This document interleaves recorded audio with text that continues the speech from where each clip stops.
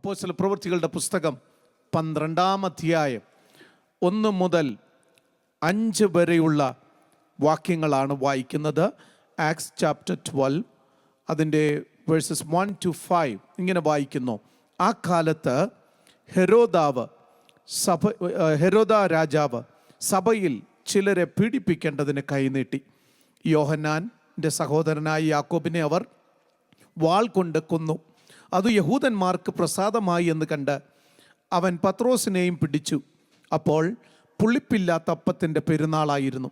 അവനെ പിടിച്ച ശേഷം പെസഹ കഴിഞ്ഞിട്ട് ജനത്തിൻ്റെ മുമ്പിൽ നിർത്തുവാൻ ഭാവിച്ച് തടവിലാക്കി അവനെ കാക്കുവാൻ 4 ചേവകർ ഉള്ള 4 കൂട്ടത്തിന് ഏൽപ്പിച്ചു. ഇങ്ങനെ പത്രോസിനെ തടവിൽ സൂക്ഷിച്ചു വരുമ്പോൾ സഭ ശ്രദ്ധയോടെ അവനു വേണ്ടി ദൈവത്തോട് പ്രാർത്ഥന കഴിച്ച് പോന്നു. Acts chapter 12 verses 1 to 5. Now about the time Herod the king stretched out his hand to harass some from the church, then he killed James, the brother of John, with the sword. And because he saw that it pleased the Jews, he proceeded further to seize Peter also. Now it was during the days of unleavened bread. So when he had arrested him, he put him in the prison and delivered him to 4 squads of soldiers to keep him, intending to bring him before the people after Passover.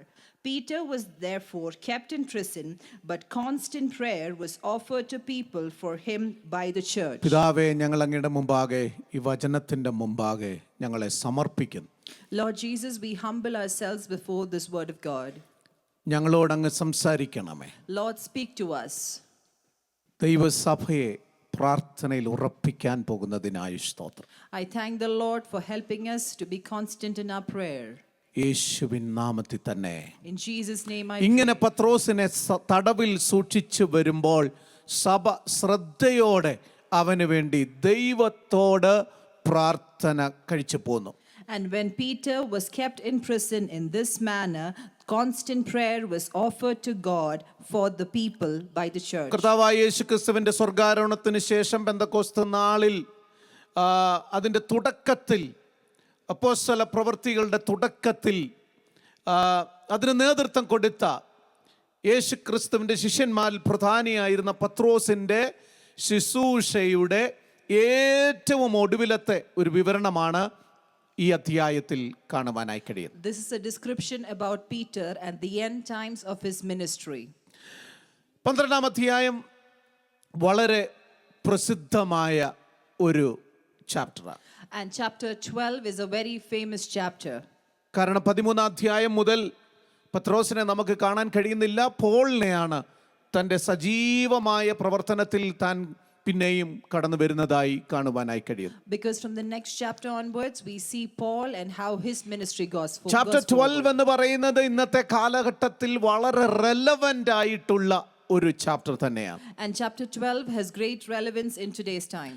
പ്രാർത്ഥനയുടെ ശക്തി എത്ര വലുതാണെന്ന് അപ്പോസ്തലന്മാരുടെ ജീവിതത്തിൻ്റെ അനുഭവത്തിലൂടെ തെളിയിച്ച അതേ സാന്നിധ്യം ഇന്നും ദൈവസഭയ്ക്ക് ദൈവദാസന്മാർക്ക് വളരെ അത്യാവശ്യമാണ് എന്ന് നമ്മെ വിളിച്ചറിയിക്കുന്ന ഒരു ചാപ്റ്ററാണ്. And just like how the power of prayer was meant for the disciples in today's time, the power of prayer and how it affects us is relevant through this chapter. ഞാൻ ഇന്ന് വിളിച്ചു പറയുന്നു, ഇന്നും പ്രാർത്ഥനയ്ക്ക് ശക്തിയുണ്ട് എന്ന് നമ്മെ ബോധ്യപ്പെടുത്താൻ പിന്നെയും ഇത് നമ്മോട് സംസാരിച്ചു കൊണ്ടിരിക്കുക. And I would like to remind you that this chapter reminds us and makes us realize that the power of prayer is evident even today. 12-ാം അധ്യായം വായിച്ചപ്പോൾ നമുക്ക് മനസ്സിലായി, ഒരു വശത്ത് വളരെ ക്രൂരവും നിഷ്ഠൂരവുമായ പ്രവൃത്തി നടത്തുന്ന ഒരു നേതൃത്വം, ഒരു രാജാവ്, ഒരു രാജ്യമുള്ളപ്പോൾ മറുവശത്ത് നിഷ്കളങ്കരായ ഒരു കൂട്ടം ദൈവമക്കൾ ദൈവത്തെ ആരാധിപ്പാൻ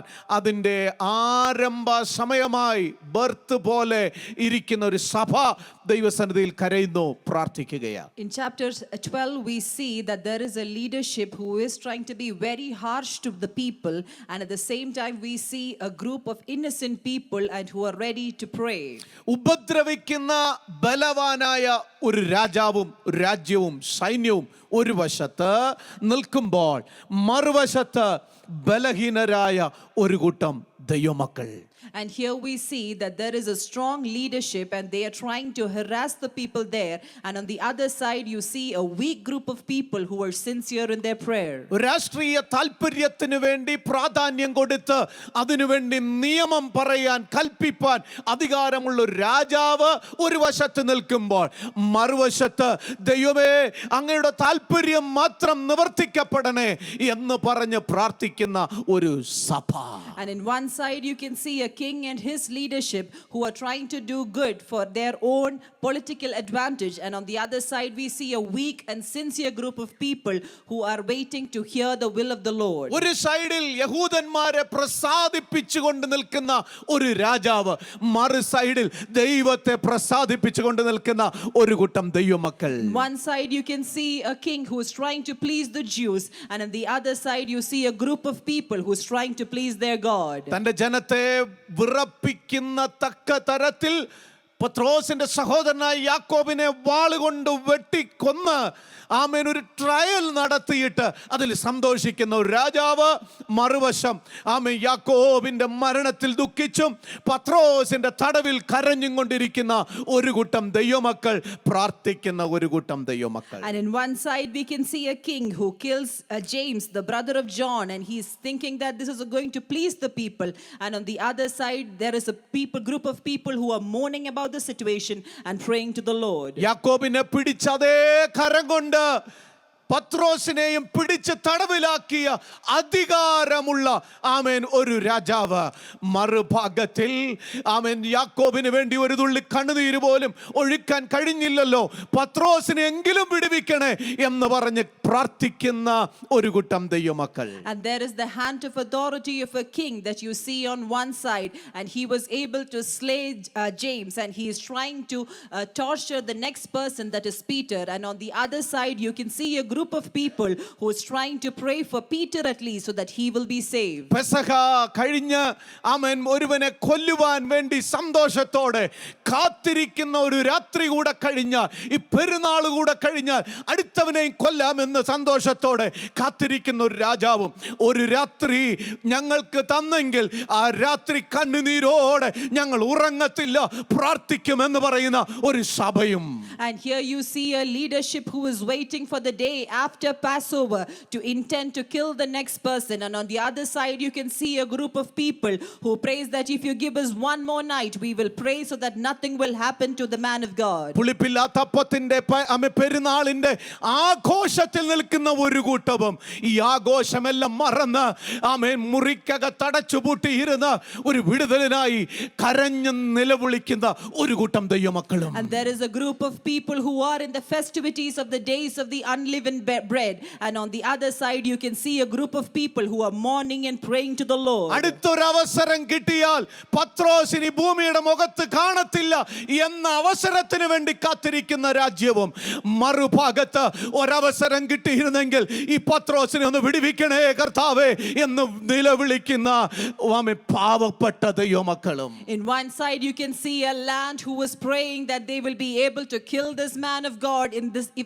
if given an opportunity. And on the other side you can see a group of people who pray that if given an opportunity let us pray so that he will be delivered. പെരുന്നാൾ കഴിഞ്ഞതിന്റെ ക്ഷീണം തീർത്തുന്ന നന്നായി ഉറങ്ങിയിട്ട് നാളെ ഒരു അത്ഭുതം ഈ രാജ്യത്തിന്റെ മുമ്പിൽ ഞാൻ നൽകി കൊടുക്കുമെന്ന് പറഞ്ഞ വീറോടെ നിൽക്കുന്ന ഒരു രാജാവും, മറുഭാഗത്ത് പ്രതികൂലത്തിന്റെ നടുവിൽ ഉറങ്ങാൻ കഴിയാതെ ഉണർന്നിരുന്ന് പ്രാർത്ഥിക്കുന്ന ഒരു കൂട്ടം ദൈവസഭ. And there is a leadership who is going to enjoy the festivities, and the next day he is going to please the people of God by planning to kill the next man of God. But on the other side you can see a group of people who are not able to sleep, but rather they are in constant prayer for this man of God. കൊല്ലാൻ ശക്തിയോടെ നിൽക്കുന്ന ഒരു രാജാവും പ്രാർത്ഥിക്കാൻ ശക്തി തരണേ എന്ന് പറഞ്ഞിരിക്കുന്ന ഒരു കൂട്ടം ദൈവമക്കളും. And there is a leadership who is waiting to kill this man and to get the power to kill this man, and there is another group of people on the other side who is praying praying to God to give them the power to pray for this man of God. ദൈവത്തെയും ദൈവനാമത്തെയും ദൈവജനത്തെയും കൊന്നു മുടിക്കുമെന്ന് പറയുന്ന ഒരധികാരവും ആമേൻ ദൈവജനത്തെ സ്നേഹത്തോടെ കരുതലോടെ ആമേൻ ആയിരിക്കുന്ന ഒരു കൂട്ടം ദൈവമക്കളും. And there is a leadership who is planning to torment and torture the people of God, and on the other side there is a group of people who is trying to save them through their constant prayer. ഇനി ഒരുവനെ കൂടെ കൊന്നാൽ ആമേൻ എൻ്റെ കരം വളരെ പ്രസിദ്ധമാകുമെന്ന് വിചാരിച്ചിരിക്കുന്ന ഒരു രാജാവ് ആമേൻ ദൈവമേ നിന്റെ കരമൊന്ന് നീട്ടി ആമേൻ ഞങ്ങളുടെ പ്രിയ സഹോദരൻ പത്രോസിനെ വിടുവിക്കണമേ എന്ന് പറയുന്ന ഒരു കൂട്ടം ദൈവമക്കളും. And an authority who thinks that if I am able to kill the next man of God, people will believe that my hands are powerful. And on the other side, there's a group of people who is praying so that the hand of the Lord will be there with this man of God and nothing bad will happen to him. എന്താണ് ദൈവസഭയുടെ പ്രത്യേകത? What is the peculiarity of the church of God? എന്താണെന്നറിയാമോ ദൈവമക്കളെ ദൈവസഭയുടെ പ്രത്യേകത? Do you know, children of God, what is the peculiarity of the church of God? ദൈവസഭയ്ക്ക് ദൈവം കൊടുത്ത ഏറ്റവും പ്രത്യേകത എന്തെന്നറിയാമോ? Do you know what is the peculiarity of the church of God? ഒരു സോഷ്യലൈസേഷന് വേണ്ടിയല്ല ദൈവസഭ എന്ന് പറയുന്നത്. Church is not meant for socialization. ദൈവസഭ എന്ന് പറയുന്ന ഒരു ക്ലബ് അല്ല. Church of God is not a club. ദൈവസഭ എന്ന് പറയുന്ന ഒരു സിനിമാ തിയേറ്റർ അല്ല. The church of God is not a cinema theater. ദൈവസഭ എന്ന് പറയുന്നത് ഒരു ആഘോഷമല്ല, ഒരു ഫെസ്റ്റിവൽ അല്ല. The church of God is not a festivity. ആമേൻ. ദൈവസഭ എന്ന് പറയുന്നത് ഒരു സീസണിലുള്ള ഒരു സന്തോഷമല്ല. And the church of God is not meant for a seasonal happiness. ദൈവസഭയ്ക്ക് ഒരു പ്രത്യേകതയുണ്ട്. There is a peculiarity for the church of God. എങ്ങനെ ആ പ്രത്യേകത കാണാൻ പറ്റും? How can we see the peculiarity of the church of God? ഏറ്റവും പ്രധാനപ്പെട്ട ദൈവസഭയുടെ പ്രത്യേകത ദൈവസഭ പ്രാർത്ഥിക്കുന്ന സഭയായിരിക്കണം. The most important peculiarity of the church of God is that the church of God should be the one that prays. എപ്പോഴൊക്കെ പ്രാർത്ഥിക്കണം? When should we pray? എപ്പോഴും പ്രാർത്ഥിക്കുന്നവരായിരിക്കണം We ദൈവസഭ. always have to pray as the church of God. എന്തിനെല്ലാം പ്രാർത്ഥിക്കണം? For what do we have to pray? എല്ലാറ്റിനും വേണ്ടി പ്രാർത്ഥിക്കുന്നവരായിരിക്കണം ദൈവസഭ. We have to pray for everything. എങ്ങനെ പ്രാർത്ഥിക്കണം? And how do we have to pray? ഒരു പ്രത്യേക നിലവാരത്തിൽ മാത്രമേ ഞങ്ങൾ പ്രാർത്ഥിക്കത്തുള്ളൂ എന്ന് പറയുന്ന കൂട്ടരല്ല ദൈവസഭ. We are not the church of God who says that I will pray only in such a manner. ഇന്ന് പകൽ ദൈവസന്നിധിയിലിരിക്കുന്ന ദൈവമക്കളെ, O children of God who are present here, ദൈവസഭയ്ക്ക് ഒരു പ്രത്യേകതയുണ്ട്. there is a peculiarity for the church of God. ആ പ്രത്യേകതയുടെ പേരാണ് പ്രാർത്ഥിക്കുന്ന സഭ. And the peculiarity of the church of God is that a church who prays. യേശുവിന്റെ അധികാരമുള്ള നാമത്തിൽ In the name of the Lord Jesus, ദൈവസഭ പ്രാർത്ഥിക്കുന്ന സഭയാണ്. the church of God is the one that prays. പ്രാർത്ഥിക്കാത്ത സഭ എന്തല്ല? ദൈവസഭ അല്ല. A church that does not pray is not the church of God. Praise the Lord. Amen. Praise the Lord. Amen. Praise the Lord. പ്രാർത്ഥിക്കുന്ന ദൈവമക്കൾക്കായി ഞാൻ കർത്താവിന് I സ്തോത്രം thank ചെയ്യുന്നു. the Lord for the children of God who prays. എപ്പോഴെല്ലാം ദൈവസഭ പ്രതികൂലത്തിന്റെ നടുവിലൂടെ കടന്നു പോകുന്നുവോ അപ്പോഴെല്ലാം ഒരടച്ചിട്ട മുറി ദൈവസഭയ്ക്കുണ്ട്. And whenever the church of God goes through a trial or a tribulation, that at that time there is a room that is closed for us. ഉറങ്ങാനുള്ളതല്ല, It is not for us to sleep. പ്രാർത്ഥിക്കാനുള്ള ഒരു It is അടച്ചിട്ട for മുറി. us to pray to the Lord. എപ്പോഴെല്ലാം അടച്ചിട്ട മുറിക്കകത്തോട്ട് കയറുന്നോ ഇറങ്ങി വരുന്നത് വിടുതലോടെയായിരിക്കും. And whenever you are able to get into that room that is closed, you will come back with the deliverance. ഈ അടച്ചിട്ട മുറിയുടെ പ്രത്യേകത എന്തെന്നറിയാമോ? Do you know what is the importance of this room that is closed? ഇതിനകത്ത് ഒരൊറ്റ മനസ്സേ ഉള്ളൂ. There is only one heart there. നമ്മൾ പറയുന്ന പേര് യൂണിറ്റി എന്ന. And we name that as unity. ഈ അടച്ചിട്ട മുറിയുടെ പ്രത്യേകത ഇതൊരു യൂണിയന്റെ റൂം അല്ല. And this closed room is not a room for union. ഇന്നയാളുടെ യൂണിയൻ, ഇന്നയാളുടെ യൂണിയൻ, ഇന്നയാളുടെ യൂണിയൻ എന്ന് പറയുന്ന ഒരു റൂം അല്ല ദൈവസഭ. And the church of God is not the one that has different unions. Pastor ഉണ്ടെങ്കിൽ ആ പ്രാർത്ഥനയ്ക്ക് ഞങ്ങളെല്ലാം വരാമെന്ന് പറയുന്നതല്ല സഭ. And it is not a church that says that I will come to church only a prayer only if the pastor is there. Pastor ഇല്ലെങ്കിൽ ഞാനുമില്ല. If the pastor is not there, I am also not there. അയച്ചാനുണ്ടെങ്കിൽ ഞാനുണ്ട്. Only if Aju brother is there, I will be there. അജിച്ചാൻ പ്രാർത്ഥിക്കാനില്ലയോ ഞാനില്ല. If Aju brother does not pray, I will not. Joby brother ഉണ്ടോ ഞാനുണ്ട്. If Joby brother is there, I am there. ഇല്ലെങ്കിൽ ഞാനില്ല If not, I am not. എന്ന് പറയുന്നതല്ല സഭ. That is not the church. പ്രാർത്ഥനയ്ക്ക് ആരുണ്ട് ആരില്ല ഇത് വിഷയമല്ല. And who is there for the prayer is not a matter. Pastor ഉണ്ടോ ഇല്ലയോ ഇത് വിഷയമല്ല. And the matter whether it is not a matter whether the pastor is present or കാരണം not. പ്രാർത്ഥിക്കുന്നത് പാസ്റ്ററോടല്ല. Because you are not praying to the pastor. പാസ്റ്ററേക്കാൾ വലിയവൻ നമ്മുടെ ദൈവമാണ്. Because there is a one who is above the pastor, and that is the Lord. ലോകത്തിലുള്ള സകല നേതാക്കന്മാരെക്കാളും വലിയവൻ നമ്മുടെ ദൈവമാണ്. And above all the leaders of this world, it is our God who is more എത്ര important. രോഗശാന്തി വരപ്രാപ്തനേക്കാളും വലുതാണ് എന്റെ കർത്താവ് എന്ന് വിശ്വസിക്കുന്നവർ ദൈവത്തെ ഒന്ന് മഹത്വപ്പെടുത്തിയാൽ. Amen. ഓ ഹല്ലേലൂയ. Amen. ഒരിക്കലും ചിന്തിക്കരുത് കാണരുത് അച്ചാച്ചനും ചേച്ചി ഇല്ലെങ്കിൽ ഞങ്ങളില്ലെന്ന്. You should never think that if your brother or sister is not there, I will not come. അമ്മാമയും ആ അങ്കിളും ഉണ്ടെങ്കിൽ ഞങ്ങൾ ഉണ്ടെന്ന് പറയുന്നതല്ല പ്രാർത്ഥനയുടെ സഭ. You should not say that your uncle and auntie is not here, and so because of that you will not That's come. why I'm telling you it's not a union. ഇത് യൂണിറ്റിയാണ് ഇവിടെ So പ്രകടമാകേണ്ടത്. it should not be a union, it should be a unity. ഒരു മനസ്സോടെ പ്രാർത്ഥിക്കുന്ന സഭ. And you have to pray with one heart. ഈ സഭയുടെ അടച്ചിട്ട സഭയുടെ പ്രത്യേകത എന്തെന്നറിയാമോ? Do you know what is the peculiarity of this closed church? വിശ്വാസത്തിൽ അടിയുറച്ച പ്രാർത്ഥന ഇതിനകത്ത്. And the foundation of faith is there in their prayer. വിശ്വാസമില്ലാതെ പ്രാർത്ഥിക്കത്തില്ല. They will not pray without faith. പ്രാർത്ഥനയുടെ അടിസ്ഥാനം എന്ന് പറയുന്ന വിശ്വാസമാണ്. And the foundation of your prayer is your faith. എന്താ നമ്മുടെ വിശ്വാസം?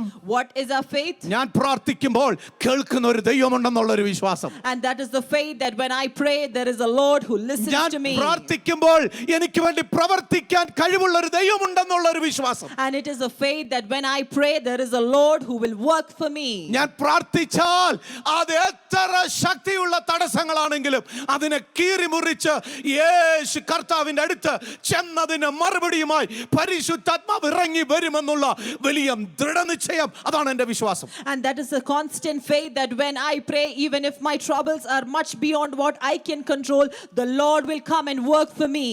ഏത് ചലഞ്ചസിനെ നേരിട്ട് അതിജീവിച്ച് ആമേൻ ദൈവസഭയ്ക്കകത്ത് മറുപടി വരും എന്ന് ഉള്ള ദൃഢ വിശ്വാസം. And that is the confidence that whatever the challenge we have in the church, the Lord will work for us.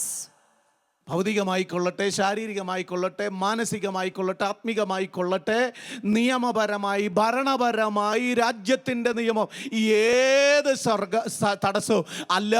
ഇനി സ്വർലോകത്തിലോ ഭൂമിയുടെ അടിഭാഗത്തോ ഈ ടെറിറ്റോറിയൽ സ്പിരിറ്റോ ഏത് കുന്തപ്രാണ്ടി ആയിക്കൊള്ളട്ടെ ദൈവമക്കളെ, ഇതിനൊന്നും ഒരു ദൈവ പൈതലിൻ്റെ അടച്ചിട്ട മുറിയുടെ പ്രാർത്ഥനയെ തടസ്സം നിർക്കാൻ കഴിയത്തില്ലെന്ന് ദൈവസഭയെ വിശ്വസിച്ച് ദൈവസന്നിധിയിൽ ഏൽപ്പിച്ചു കൊടുക്കുക. And as the church of God, we should believe that whatever adversity is in front of us, our prayer of faith will help us to move forward. Praise the Lord. Amen. അതാണ് ഈ ദൈവസഭയുടെ പ്രത്യേകത. And that is the peculiarity of the church of God. ദൈവസഭയുടെ പ്രാർത്ഥനയുടെ പ്രത്യേകത. And that is the peculiarity of the prayer of the church of God. കരമൊന്ന് കോർത്തു പിടിച്ചാൽ കിട്ടാത്ത വിടുതൽ എന്താ ഉള്ളേ? And if you hold hands together, what blessing is that you will not receive? അന്യോന്യം പ്രാർത്ഥിക്കുന്ന ദൈവമക്കളുടെ ഒരു കൂട്ടമാണ് ദൈവസഭ എന്ന് പറയുന്നത്. And it is a gathering of a people who prays together, and that is the church of God. Praise the Lord. Amen. നാലാം വാക്യത്തിലേക്ക് ഞാൻ എത്തുകയാണ്. I would like to turn your അവനെ attention to പിടിച്ച verse 4. ശേഷം പെസക കഴിഞ്ഞിട്ട് ജനത്തിന്റെ മുമ്പിൽ നിർത്തുവാൻ ഭാവിച്ച് തടവിലാക്കി അവനെ കാക്കുവാൻ 4 ചേവകരുള്ള 4 കൂട്ടത്തിന് ഏൽപ്പിച്ചു. So when he had arrested him, he put him in prison and delivered him to 4 squads of soldiers to keep him, intending to bring him before the people after Passover. ദൈവസഭയുടെ പ്രത്യേകത ഞാൻ നിങ്ങളെ ഓർപ്പിച്ചു കഴിഞ്ഞു. I already mentioned about the peculiarity of the church of God. ആരാ ദൈവസഭ എന്നുകൂടെ ഞാനൊന്ന് പറയട്ടെ. Let me tell you who is the church of God. ഞാനും നിങ്ങളും തന്നെയാ ദൈവസഭ. It is you and I. വേറൊരു പ്രത്യേക ആളുകളെ നമ്മൾ നോക്കി പോകേണ്ട ആവശ്യമില്ല. We don't have to look for any other special group of people. ഇതാണ് ദൈവസഭ This എന്ന് പറയുന്നത്. is the church of God. ഇതാണ് ദൈവ മക്കളുടെ കൂട്ടം എന്ന് പറയുന്നത്. And this is the gathering of the children of God. Ecclesia എന്ന് പറയും ദൈവസഭയുടെ കൂട്ടം ഇത് തന്നെയാണ്. And ecclesia, that is the gathering of the children of God, and that is this. 4-ാം വാക്യത്തിൽ നമ്മൾ വായിക്കുമ്പോൾ അവിടെ പീറ്ററിനെ ട്രയലിനായി കൊണ്ടുപോകുവാൻ തടവിലാക്കിയിരിക്കുന്നത് നമുക്ക് കാണുവാനായി കഴിയും. And when we read verses 4, we see that they have arrested him and they're planning to put him in the prison. പെസഹ ആയതുകൊണ്ട് പുളിപ്പില്ലാത്ത അപ്പത്തിന്റെ പെരുന്നാളായതുകൊണ്ട് അവനെ അവിടെ കാവൽ നിർത്തിയിരിക്കുക. And then there are people to look after him and keep him. 4 ചേവകരുള്ള 4 കൂട്ടത്തിന് ടീമിന് അവനെ ഏൽപ്പിച്ചു കൊടുത്തിരിക്കുക. And he was delivered to 4 squads of soldiers. Amen.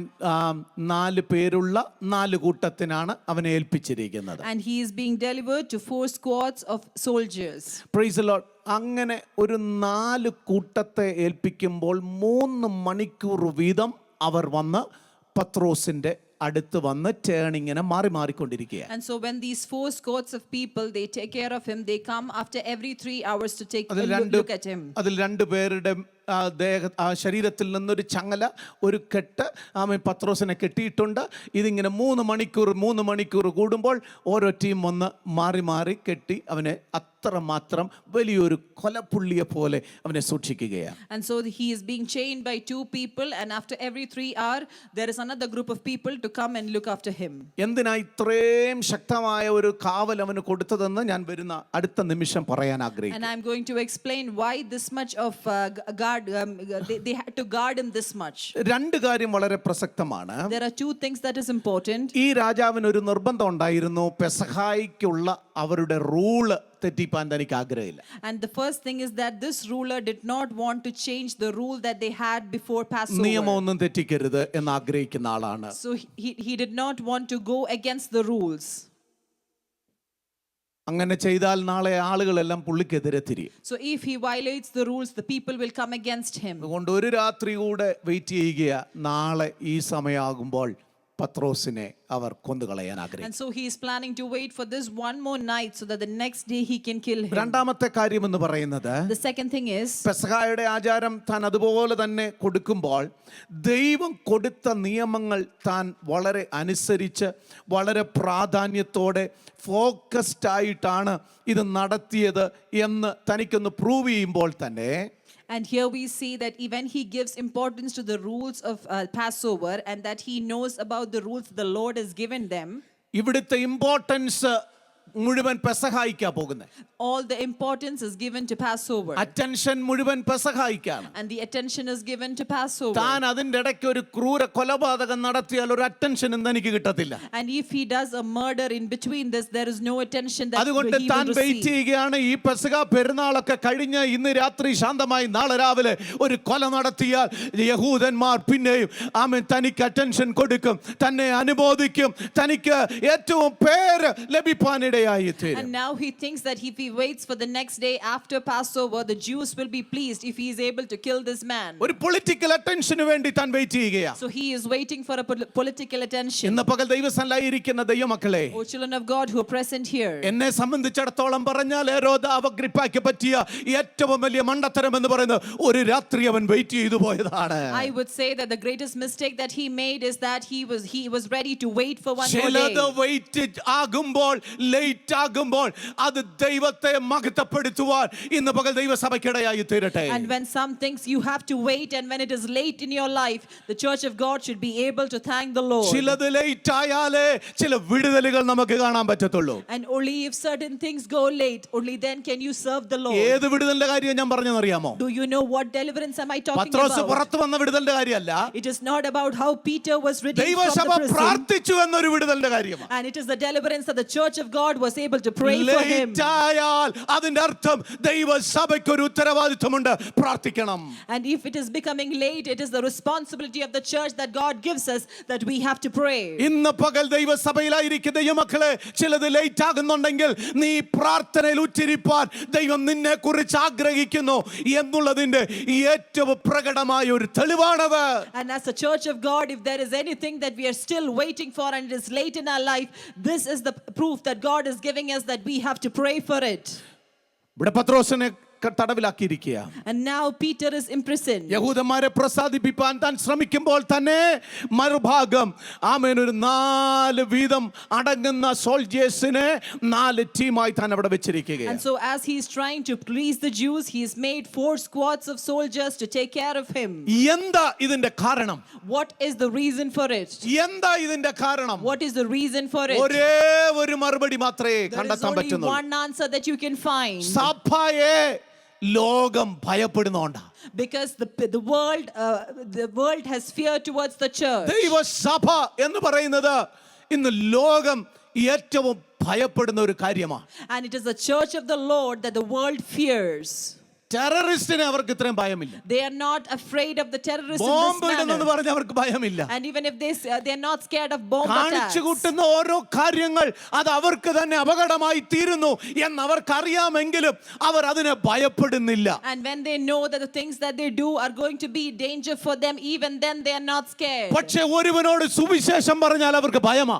But if the gospel is shared to a person, they are afraid about it. ഒരു രാജ്യത്ത് ദൈവസഭ വളർന്നാൽ അവർക്ക് ഭയമാ. And if the church of God grows in one place, they are afraid about it. പ്രാർത്ഥിക്കുന്ന ഒരു കൂട്ടമുണ്ടെങ്കിൽ അവരെ തകർക്കാൻ അവർ ശ്രമിക്കും, കാരണം അവർക്ക് ഭയമാ. And if there is a gathering that prays to the Lord, they will try to destroy it because they are scared of them. ശക്തിയുണ്ടെന്ന് അവർക്കറിയാം. Because they know that the church of the Lord has a power. പരിശുദ്ധാത്മ ശക്തിയെ ലോകത്തിന് ഭയമാ. And the power of the Holy Spirit, the world is afraid about it. ദൈവമക്കളിൽ വ്യാപരിക്കുന്ന അഭിഷേകത്തെ ലോകത്തിന് ഭയമാ. And the world fears the power that the children of God have. ഇന്ന് പകൽ നമുക്കതറിയത്തില്ലെങ്കിലും അവർക്കതറിയാം. And today, if we do not know that, the world is aware about it. എന്തിനാ ഇത്രയും ആക്രമണങ്ങൾ? Why is that there is a lot of attacks? എന്തിനാ ഇത്ര രക്തസാക്ഷികൾ? And why is it that there are a lot of martyrs? എന്തിനാ ദൈവസഭയെ ഇടിച്ചു കളയുന്നേ? And why is it that the church of the Lord is being tarnished? വില്ലേജിലും ടൗണിലും സിറ്റിയിലും ഒക്കെ ഉള്ള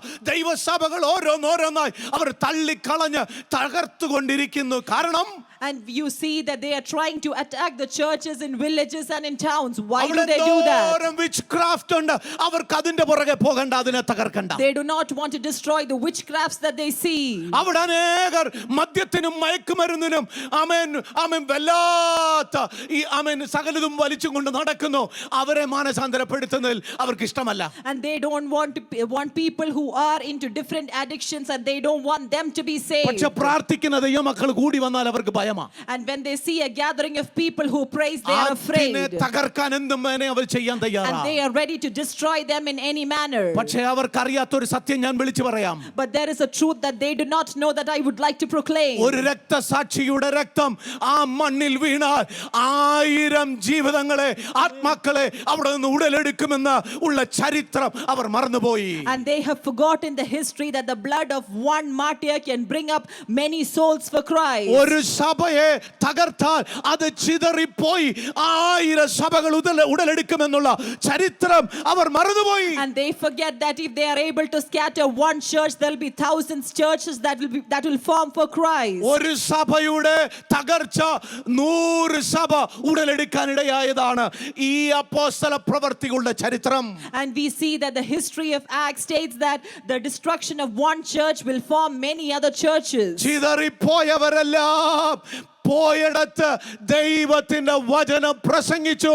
അവർ പുഴക്കടവിലും അവർ കുടുംബങ്ങളുടെ വീടുകളിലും ഭവനാന്തരീക്ഷങ്ങളിലും പബ്ലിക്കിലും ഒക്കെ നിന്ന് ദൈവത്തെ ആരാധിച്ചു. അവർ വീടുകൾ തോറും കയറിയും ഇറങ്ങിയും സുവിശേഷം പറഞ്ഞു. ദൈവവചനം ഗ്രാമങ്ങൾ തോറും പട്ടണങ്ങൾ തോറും പരന്നുകൊണ്ടിരുന്നു. ദൈവസഭ ഇന്ന് ശക്തിപ്പെടുവാനിടയായി. And these people of the Lord who were scattered to different places, they were able to spread the gospel wherever they went, and because of that the church of the Lord was strengthened. ഞാൻ ഒന്നുകൂടെ ഭാഗം പറഞ്ഞു നിർത്തട്ടെ. Let me remind you one more thing before I conclude this passage. ലോകം ദൈവസഭയെ ഭയപ്പെടുകയാണ്. The world fears the church of God. ക്രിസ്ത്യാനിറ്റിയെ ഭയപ്പെടുകയാണ്. And they fear Christianity. നമ്മൾ ഭയപ്പെടുന്നവരാകരുത്. We should not be the ones who fear. നമ്മളത് അഭിമാനത്തോടെ കാണണം. And we should be proud about it. കാരണം നമ്മെ അനേകർ ഭയപ്പെടുന്നെങ്കിൽ നാം അഭിമാനത്തോടെ കാണണം. And we should take proud if people are able to നമ്മളെ fear us. അനേകർ ആമേൻ ഇങ്ങനെ കാണുന്നെങ്കിൽ സഭ അഭിമാനത്തോടെ കാണണം. And we should take the pride in the fact that people are afraid about us. അന്നും ദൈവസഭയ്ക്കെതിരെ 3 ശക്തികൾ ഉണ്ടായിരുന്നു. And even at that time there were 3 powers against the church of God. ശക്തികൾ വളരെ പ്രബലരായ ശക്തികളായി. And they were very strong powers. ആ ശക്തികൾ സഭയുടെ തുടക്കം മുതൽ ഇന്നുവരെയും ഒരുപോലെ ശക്തിയോടെ നിൽക്കുന്നവരാ. And that power is even there even today against the church of God. അവരുടെ എല്ലാം പ്രൊപ്പഗണ്ട ദൈവസഭയെ തകർക്കുക എന്നുള്ള. And the propaganda that they all have is to destroy the church of God. ആ 3 ശക്തികൾ ലോകത്തിൽ സഭ എവിടെയുണ്ടോ അവിടെ എല്ലാം കാണും. And wherever the church of the Lord is there, the 3 powers are there. ഈ നമുക്ക് ചുറ്റും ഈ ശക്തികൾ ഇന്നുമുണ്ട്. And those powers are around us even today. 3 പ്രധാനപ്പെട്ട ശക്തികൾ. 3 main powers. ഞാൻ പറയട്ടെ, കർത്താവായ യേശു ക്രിസ്തുവിന്റെ കാൽവറി ക്രൂശ് മരണത്തിനായി പിന്നിൽ നിന്ന് സപ്പോർട്ട് ചെയ്ത അതേ 3 ശക്തികൾ ദൈവസഭയ്ക്കുമെതിരായി ഉണ്ട്, ഇന്നുമുണ്ട്, ട്രൂ ലൈറ്റ് ഫെലോഷിപ്പിനെതിരായിട്ടുമുണ്ട്. And let me remind you that the power that was against Jesus and that made him to die on the cross, that is against all the church of God and even against our church. ഒന്ന് മതപരമായ ശക്തികൾ. And first is the religious power. 2 രാഷ്ട്രീയ ശക്തികൾ. And next is the political power. 3 സാത്താന്യ ശക്തികൾ. And next is the satanic power. ഇത് അന്നുമുണ്ട് ഇന്നുമുണ്ട്. It was there that time and even now. പക്ഷേ ദൈവസഭയ്ക്ക് ഒരു പ്രത്യേകതയുണ്ട്. But there is one peculiarity for the church of അടിസ്ഥാനമിട്ടവൻ God. ഇങ്ങനെ പറഞ്ഞു, The one who put foundation for the church ഞാൻ mentioned എന്റെ this. സഭയെ പണിയും, പാതാള ഗോപുരങ്ങൾ അതിനെ ജയിക്കയില്ല. I will build my church and the gates of hell will not destroy it. എന്തുകൊണ്ടാ സഭ തകരാത്തെ? Why is it that the church of the Lord is not destroyed? മതപരമായും രാഷ്ട്രീയപരമായും സാത്താന്യ ശക്തിയുടെ ബലം കുറവായതുകൊണ്ടല്ല, അവർ എത്ര ബലവാനായാലും ഇതിന്റെ അടിസ്ഥാനമിട്ടിരിക്കുന്നത് ക്രിസ്തുവിലാ. And it is not because these 3 powers are less strong. It's because the foundation was laid by a man who gave more power to us. മതത്തിന്റെ പ്രത്യേകത എന്തെന്നറിയാമോ? Do you know what is the peculiarity of the ഇന്ന് religious കണ്ട power? നേതാവല്ല നാളത്തെ നേതാവ്. The one who is the leader today is not the one who is going to lead tomorrow. ഇന്ന് സഭയെ തകർക്കുമെന്ന് പറയുന്നവൻ അടുത്ത ശ്വാസത്തിൽ അവന്റെ ശ്വാസം നിന്നു പോകും. And the one who says that today I will destroy the church, he is no more there the ഇന്ന് ഞാൻ next ഇടിച്ചു day. കളയുമെന്ന് പറയുന്ന സംഘം അവരുടെ കൈ ക്ഷയിച്ചു പോകും. And the group that says that I will destroy, their hands will no longer be able to do that. Political ശക്തികൾക്കൊന്നും ഇന്നൊരു സ്വാധീനവുമില്ല. കാരണം ആർക്കും ആരെയും വിശ്വസിക്കാൻ കഴിയുന്നില്ല. ഇന്നത്തെ പൊളിറ്റിക്കൽ ശക്തി നാളെ കീഴെ താണു കിടക്കും. And there is no influence to the political power because it is not the same group that is going to rule the next day. സാത്താന്റെ ശക്തിക്ക് ഒരു പ്രത്യേകതയുണ്ട്. And there is a peculiarity for satanic power. എത്രമാത്രം confusion കൊണ്ടുവരുന്നോ അത്രമാത്രം ദൈവവചനത്തിൽ ദൈവജനം ഉറപ്പിച്ചുകൊണ്ടിരിക്കുകയാണ്. As much as confusions they bring in, there is more people who are able to be able to have foundation in the word of the Lord. മതം ഒരു വ്യക്തിയിൽ ആശ്രയിച്ചാൽ ആ വ്യക്തി മാറുമ്പോൾ ആ മതത്തിന്റെ ശക്തി ക്ഷയിക്കുന്നു. And when a person believes in religion, in his religion, when he moves and when he transforms, that power is no longer there with him. അവരുടെ അധികാരം നഷ്ടപ്പെടുമ്പോൾ അത് തകർന്നു പോകുന്നു. And when the power of politics move away, they will not have any more power. സാത്താൻ തന്നെ തന്ത്രങ്ങളുമായി ഊടാടി സഞ്ചരിക്കുന്നുണ്ട്. പക്ഷെ ഒന്നും പ്രാബല്യത്തിൽ വരുന്നില്ല, വരാൻ ദൈവം അനുവദിക്കത്തില്ല. എന്നാൽ ഞാൻ ഒരു കാര്യം പറയാം, നമ്മൾ ആമേൻ വിശ്വസിക്കുന്നവൻ മരിച്ചിട്ടില്ല, മരിച്ചു പോയവനല്ല, ഉയർത്തെഴുന്നേറ്റവൻ, ഇന്നും ജീവിക്കുന്നവൻ, അവനിൽ ആശ്രയിക്കുന്ന തന്റെ ജനത്തെ തകർക്കാൻ ഒരു ശക്തിക്കും കഴിയത്തില്ല. And the schemes of Satan will not prevail because we believe in the one who has raised, and no one can overcome the power of the Lord. എന്താണ് സഭയുടെ പ്രത്യേകത? What is the peculiarity of the church of God? സഭയ്ക്ക് പൈസ ഉള്ളതാണോ? Is it that they have finance? സഭയ്ക്ക് ആൾക്കൂട്ടമുള്ളതാണോ? Is it that the church of God has people? ഒറ്റ വാക്കിൽ ഞാൻ അത് പറഞ്ഞു നിർത്തുകയാണ്. I would like to confine it in one statement. ദൈവസഭയുടെ പ്രത്യേകത, The peculiarity of the church of God. ദൈവസഭ സത്യത്തിന് വേണ്ടി നിൽക്കുന്നതാ. The church of God will stand for the truth. സത്യത്തിന് വേണ്ടി നിൽക്കുന്നതാ. The church of God will stand for the truth. ദൈവസഭയുടെ പ്രത്യേകത, ദൈവസഭയ്ക്ക് ശക്തിയുണ്ട്, എന്ന് ലോകത്തിന് മുഴുവൻ അറിയാം. The peculiarity of the church of God is that the power of the church of God is known to the world. ദൈവസഭയുടെ പ്രത്യേകത ദൈവസഭയ്ക്ക് ഇന്നും അത്ഭുതങ്ങൾ ചെയ്യാൻ കഴിയുമെന്നുള്ളതാണ്. And the peculiarity of the church of God is that the church of God can do miracles even today. ദൈവസഭയുടെ പ്രത്യേകത ദൈവസഭയുടെ മേൽ ഇന്നും ദൈവത്തിന്റെ അഭിഷേകം ഉണ്ടെന്നുള്ളതാണ്. And the peculiarity of the church of God is that there is the anointing of God in the church of God. ദൈവസഭയുടെ പ്രത്യേകത ദൈവസഭയ്ക്കകത്ത് പ്രാർത്ഥിക്കുന്ന ദൈവമക്കളുണ്ടെന്നുള്ളതാണ്. And the peculiarity of the church of God is that there are people who pray. ദൈവസഭയുടെ പ്രത്യേകത ലോകത്തിലുള്ള ശക്തിയേക്കാൾ പരമപ്രധാനമായ അത്ഭുത ശക്തി പരിശുദ്ധാത്മ ശക്തി ദൈവസഭയ്ക്കകത്തുണ്ടെന്നുള്ളതാണ്. And the peculiarity of the church of God is that we have the power of the Holy Spirit with us. അതുകൊണ്ട് നമുക്ക് ഭയമില്ല. And because of that we do not fear. നമുക്ക് ഭയമല്ല അഭിമാനമാവുന്നത്. We do not have fear, rather we have pride. എളിയവരായ നമ്മുടെ മേൽ പകർന്ന ദൈവശക്തിക്കായി ഒന്ന് സ്തോത്രം Let's ചെയ്യാം. thank the Lord for giving us this grace. കഴിഞ്ഞ ആഴ്ചയിൽ ഞാൻ ഓർപ്പിച്ചതുപോലെ Just as I reminded last week, അന്ത്യോക്യ സഭയ്ക്കുണ്ടായിരുന്ന പ്രത്യേകത and this was the peculiarity that the church of Antioch had. ദൈവത്തിന്റെ കൃപ അവരുടെ മേലുണ്ടായിരുന്നു. The grace of the Lord was with them. ദൈവത്തിന്റെ കൈ അവരുടെ മേലുണ്ടായിരുന്നു. The hand of the Lord was with them. എളിയവരായ നമ്മുടെ മേലും ഉള്ളത് എന്താണെന്നറിയാമോ? Do you know what we also have? ദൈവത്തിന്റെ കൈ. And that is the hand of the Lord. ദൈവത്തിന്റെ ഭയം. And that is the fear of the Lord. Worship team മുമ്പോട്ട് വന്നാൽ നമ്മൾ ഒരുമിച്ച് ആരാധിക്കാനായി പോവുകയാണ്. And we are going to worship the Lord together. ദൈവജനത്തെ തടുക്കാൻ ഇവരുടെ ശക്തിക്ക് കഴിയത്തില്ല. No power can limit the church of God. ദൈവസഭയെ തകർക്കാൻ ഈ ശക്തികൾക്ക് കഴിയത്തില്ല. And none of these power can destroy the church of God. ദൈവജനത്തെ തടഞ്ഞു നിർത്താൻ ഇവരുടെ ശക്തിക്ക് കഴിയത്തില്ല. And they cannot restrict the children of God. ശ്രദ്ധിക്കണേ, ഞാൻ ചില ഫ്രേസസ് സ്റ്റേറ്റ്മെന്റ് മാത്രം പറഞ്ഞു നിർത്തുകയാണ്. I'm going to state certain statements. വിശ്വാസത്തോടെ ഒന്നാമേൻ പറയാനിടയാകണം. You should be able to say amen with faith. ഒന്ന്, ദൈവജനത്തെ തടുക്കാൻ ഇവരുടെ ശക്തിക്ക് കഴിയത്തില്ല. First is that this power cannot prevail against the people of God. രണ്ട്, ദൈവസഭയെ തകർക്കാൻ ഈ ശക്തിക്ക് കഴിയത്തില്ല. Second is that this power cannot destroy the church of God. മൂന്ന്, പ്രാർത്ഥനയെ തടയാൻ ഇവർക്ക് കഴിയത്തില്ല. Third is that this power cannot be against the prayer of the church of God. പറഞ്ഞേ, പ്രാർത്ഥനയെ തടയാൻ ഇവർക്ക് കഴിയത്തില്ല. And this power cannot prevail against the prayer of the church of God. ദൈവസഭയുടെ പ്രാർത്ഥനയെ തടയാൻ ഇവർക്ക് കഴിയത്തില്ല. And this power cannot prevail against the prayer of the church of God. ദൈവത്തിന്റെ ദൂതനെ തടുക്കാൻ ഇവർക്ക് കഴിയത്തില്ല. And this power cannot go against the angel of the Lord. ഒന്നാമേൻ പറഞ്ഞാട്ടെ ദൈവമക്കളെ. Can we say an amen together? ഒന്നാമേൻ പറഞ്ഞാട്ടെ. Can we say an amen നിന്റെ together? അടുത്തിറങ്ങി വരുന്ന ഒരു ദൂതനില്ലേ?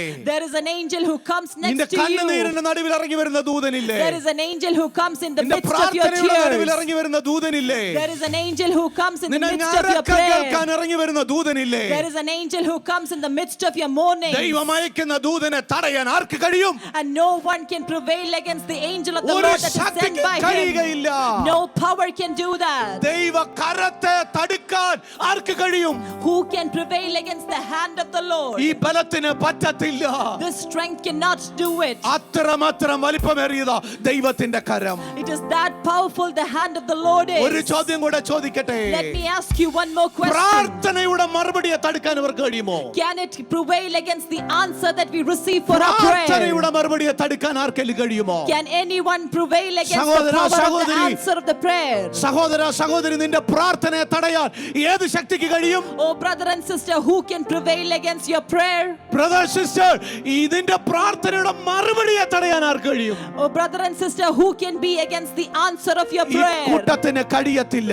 It cannot be done by this group. ഇന്ന് പകൽ ദൈവസന്നിധിയിലിരിക്കുന്ന ദൈവമക്കളെ, Oh children of God who are present here today, എത്ര ശക്തിയേറിയ കാവലേർപ്പെടുത്തിയാലും, how much ever they have guards against you, 4, 5, 10, 100 സോൾജേഴ്സിനെ കാവൽ നിർത്തിയാലും, and even if they keep a multitude of forces against you, ഏത് ലോക ശക്തികളെ നിന്റെ മുമ്പിൽ നിരത്തി നിർത്തിയാലും, and even if there are world powers against you, നിന്നെ സൂക്ഷ്മതയോടെ കാക്കാൻ ആരെയും ഏൽപ്പിച്ചാലും, even if they ask people to take care of you, അവർ ഉറങ്ങാതെ മയങ്ങാതെ ടേണായി അവർ കടന്നു വന്ന് നിന്നെ സൂക്ഷ്മതയോടെ കാത്താലും, and even without sleep and slumber, if they are able to look നിന്നെ after you, എത്ര ശക്തിയുള്ള തടവിനകത്താക്കിയാലും, and even if you are put into the prison, നിന്നെ ഏത് ശക്തിയേറിയ കുഴിക്കകത്ത് പിറ്റിനകത്ത് കൊണ്ടിട്ടാലും, even if they put you into the darkest pit, നിന്നെ ഏത് മരണ നിഴലിൽ താഴ്വരെ കൊണ്ടിറക്കിയാലും, and even if they put you into the valley of the shadow of നിന്റെ death, പ്രാർത്ഥന തടയാൻ അവർക്ക് കഴിയത്തില്ല. they cannot prevail against ഒരു your നിമിഷം prayer. എഴുന്നേറ്റ് നിൽക്കാൻ കഴിയുമോ? Can we all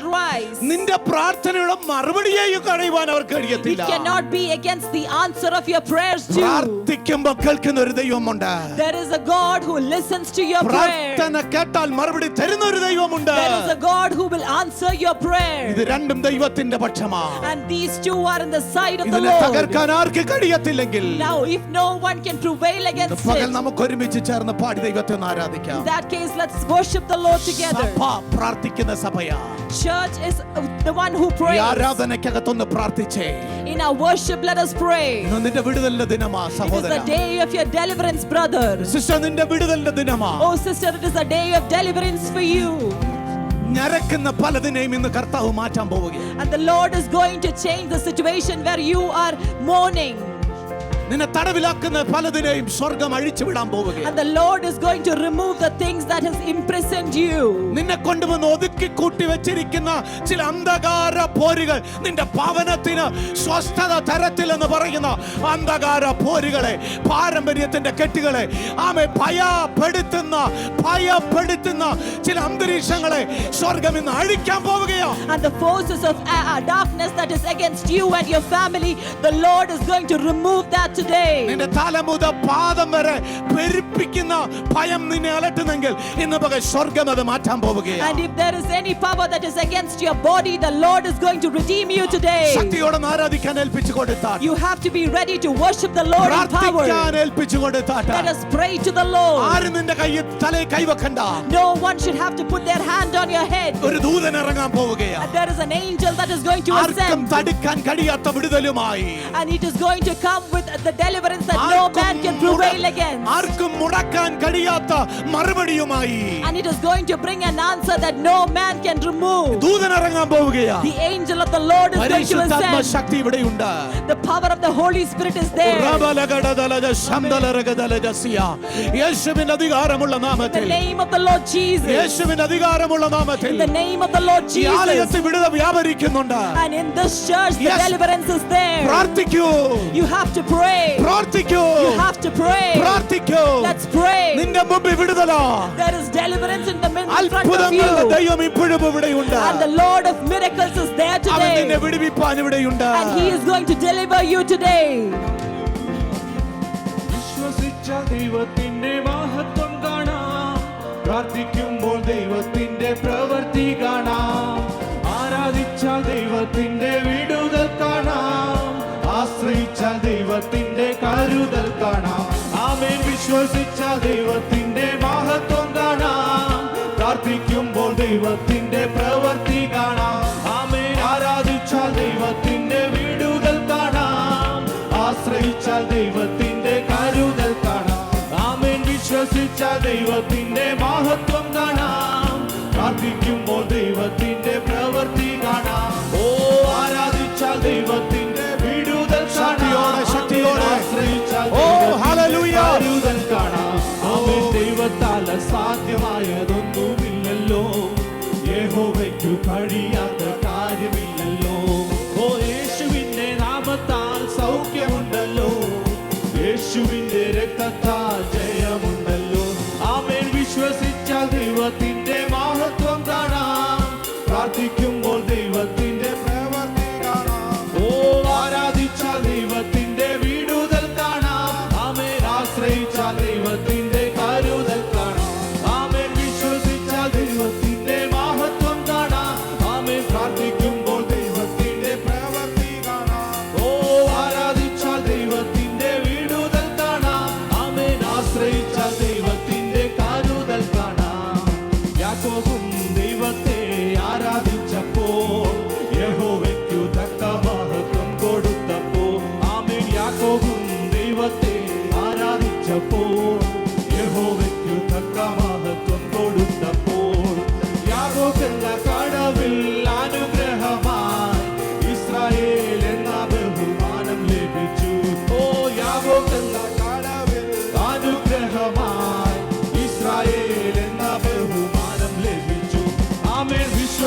ആരാധിച്ചാൽ ദൈവത്തിന്റെ മഹത്വം കാണാം. ആമേൻ. പ്രാർത്ഥിക്കുമ്പോൾ ദൈവത്തിന്റെ പ്രവൃത്തി കാണാം. ആമേൻ. ആരാധിച്ചാൽ ദൈവത്തിന്റെ വിടുതൽ കാണാം. ആമേൻ. ആശ്രയിച്ചാൽ ദൈവത്തിന്റെ കരുതൽ കാണാം. ആമേൻ. വിശ്വസിച്ചാൽ ദൈവത്തിന്റെ മഹത്വം കാണാം. ഓ, പ്രാർത്ഥിക്കുമ്പോൾ ദൈവത്തിന്റെ പ്രവൃത്തി കാണാം. ആമേൻ. ആരാധിച്ചാൽ ദൈവത്തിന്റെ വിടുതൽ കാണാം.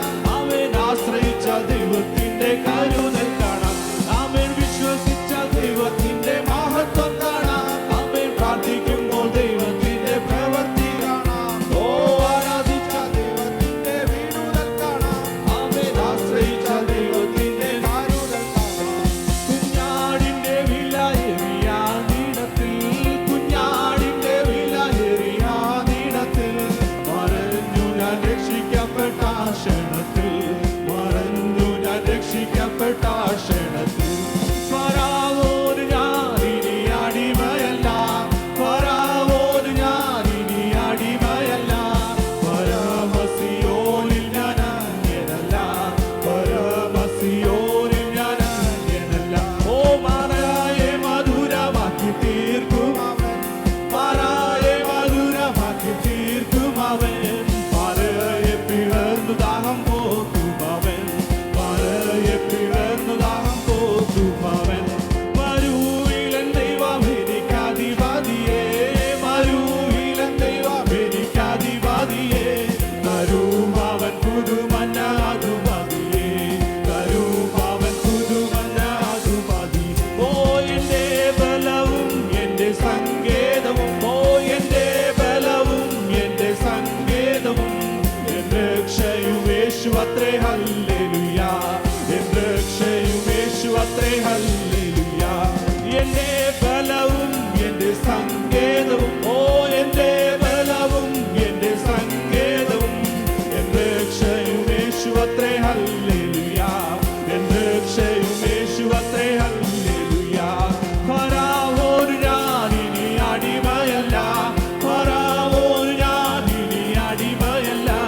പരമസിയോനിൽ ഞാൻ അന്യനല്ല, പരമസിയോനിൽ ഞാൻ അന്യനല്ല. ഓ, കുഞ്ഞാടിന്റെ വിലയേറിയ നീളത്തിൽ, ഓ, കുഞ്ഞാടിന്റെ വിലയേറിയ നീളത്തിൽ മറഞ്ഞു ഞാൻ രക്ഷിക്കപ്പെട്ട ക്ഷണത്തിൽ, മറഞ്ഞു ഞാൻ രക്ഷിക്കപ്പെട്ട ക്ഷണത്തിൽ. ഓ, എന്റെ ബലവും എന്റെ സങ്കേതവും, എന്റെ ബലവും എന്റെ സങ്കേതവും. എന്റെ രക്ഷയും യേശു അത്രേ, ഹല്ലേലൂയ. എന്റെ രക്ഷയും യേശു അത്രേ, ഹല്ലേലൂയ. എന്റെ ബലവും എന്റെ സങ്കേതവും, ഓ, എന്റെ ബലവും എന്റെ സങ്കേതവും. എന്റെ രക്ഷയും യേശു അത്രേ, ഹല്ലേലൂയ. എന്റെ രക്ഷയും യേശു അത്രേ, ഹല്ലേലൂയ. കുഞ്ഞാടിന്റെ വിലയേറിയ നീളത്തിൽ, കുഞ്ഞാടിന്റെ വിലയേറിയ നീളത്തിൽ, ഓ, കുഞ്ഞാടിന്റെ വിലയേറിയ നീളത്തിൽ, കുഞ്ഞാടിന്റെ വിലയേറിയ നീളത്തിൽ, ഓ,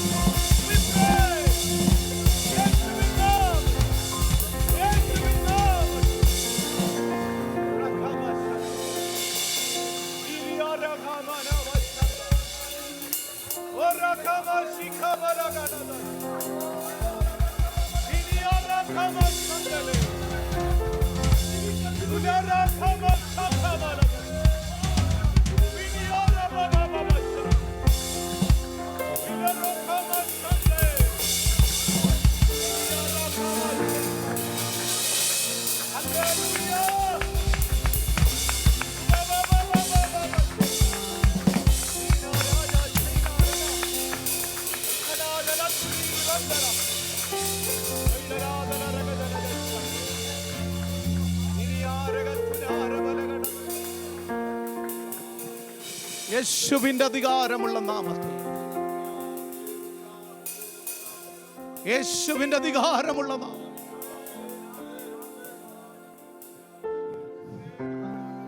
പ്രാർത്ഥിച്ച ആശീർവാദം പറയുന്നതിന് മുമ്പ് ഒരു സ്റ്റേറ്റ്മെന്റ് കൂടെ ഞാൻ പറയാം.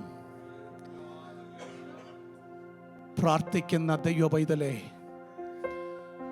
ആരൊക്കെ നിന്നെ തടഞ്ഞാലും പ്രാർത്ഥന കേൾക്കുന്ന ദൈവത്തിന് നിന്നെ തടയാൻ പറ്റത്തില്ല. ആരൊക്കെ നിന്നെ കൈവിട്ടാലും പ്രാർത്ഥന കേൾക്കുന്ന ദൈവം നിന്നെ കൈവിടത്തില്ല. ആരൊക്കെ നിനക്കെതിരായാലും പ്രാർത്ഥിക്കുന്ന ദൈവ പൈതലേ, നിന്റെ പ്രാർത്ഥന കേൾക്കുന്ന ദൈവം നിന്നെ തള്ളിക്കളയത്തില്ല. പ്രാർത്ഥിക്കുന്നവനോട് കൂടെ നിൽക്കുന്ന ദൈവം.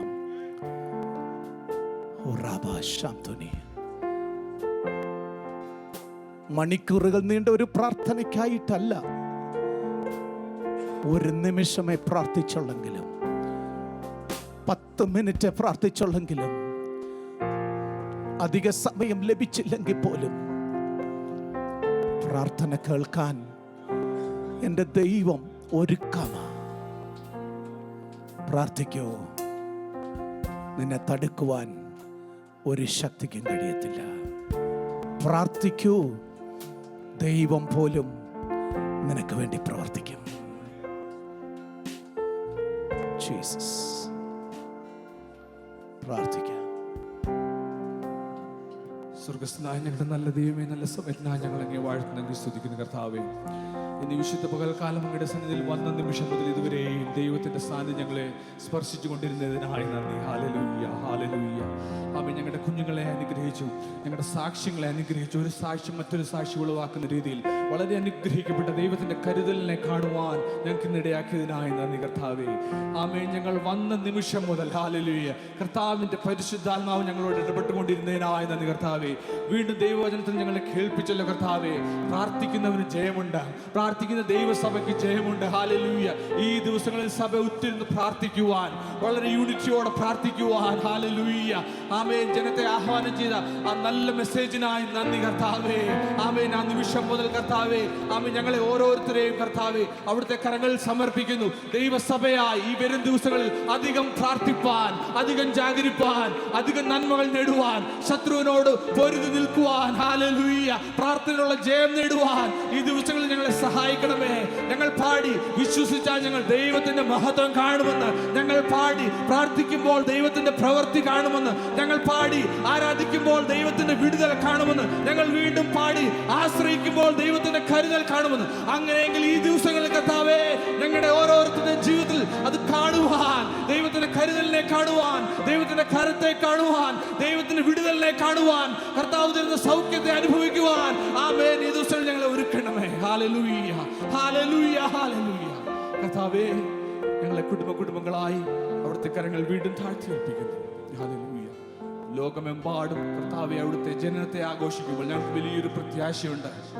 ഞങ്ങളുടെ കർത്താവ് ഞങ്ങൾക്ക് വേണ്ടി ജനിച്ചു, ജീവിച്ചു, മരിച്ചു, അടക്കപ്പെട്ടു. ആമേൻ. വീണ്ടും 3-ാം നാൾ ഞങ്ങൾക്ക് വേണ്ടി ഉയർത്തെഴുന്നേറ്റു. ഹല്ലേലൂയ.